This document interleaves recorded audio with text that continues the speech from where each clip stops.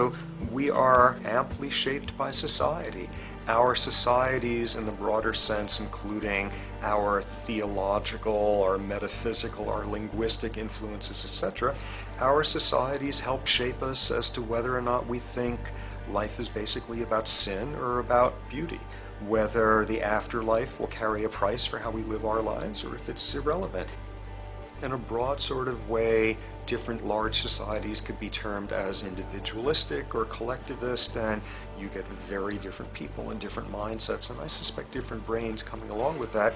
We in America are in one of the most individualistic of societies, and capitalism being a system that allows you to go higher and higher up a potential pyramid, and the deal is it comes with fewer and fewer safety nets.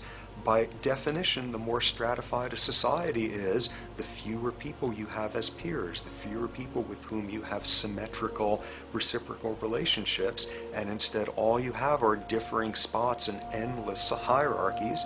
And a world in which you have few reciprocal partners is a world with a lot less altruism.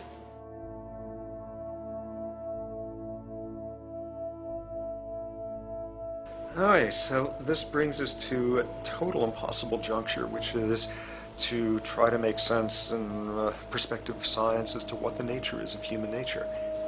You know, on a certain level, the nature of our nature is not to be particularly constrained by our nature.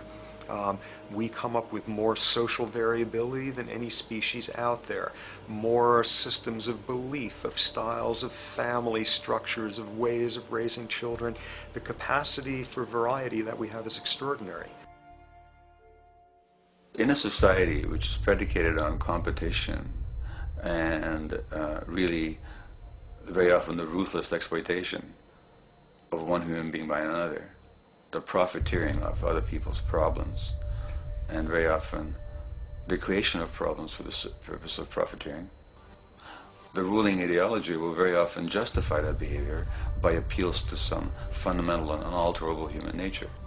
So the myth in our society is that people are competitive by nature, and that they're individualistic, and that they're selfish. The real reality is quite the opposite. We have certain human needs. The only way that you can talk about human nature concretely is by recognizing that there's certain human needs. We have a human need for companionship and for close contact, to be loved, to be attached to be accepted, to be seen, to be received for who we are. If those needs are met, we develop into people who are compassionate and cooperative and who have empathy for other people. So the opposite that we often see in our society is in fact the distortion of human nature, precisely because so few people have their needs met.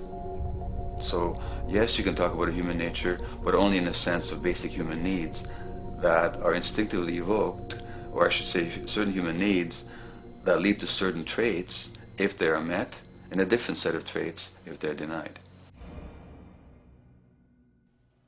So, when we recognize the fact that the human organism, which has a great deal of adaptive flexibility, allowing us to survive in many different conditions, is also rigidly programmed for certain environmental requirements or human needs, a social imperative begins to emerge. Just as our bodies require physical nutrients, the human brain demands positive forms of environmental stimulus at all stages of development, while also needing to be protected from other negative forms of stimulus. And if things that should happen do not, or if things that shouldn't happen do, it is now apparent that the door can be opened for not only a cascade of mental and physical diseases, but many detrimental human behaviors as well. So as we turn our perspective now outward and take account for the state of affairs today, we must ask the question, is the condition we have created in the modern world actually supporting our health? Is the bedrock of our socioeconomic system acting as a positive force for human and social development and progress? Or is the foundational gravitation of our society actually going against the core evolutionary requirements needed to create and maintain our personal and social well-being?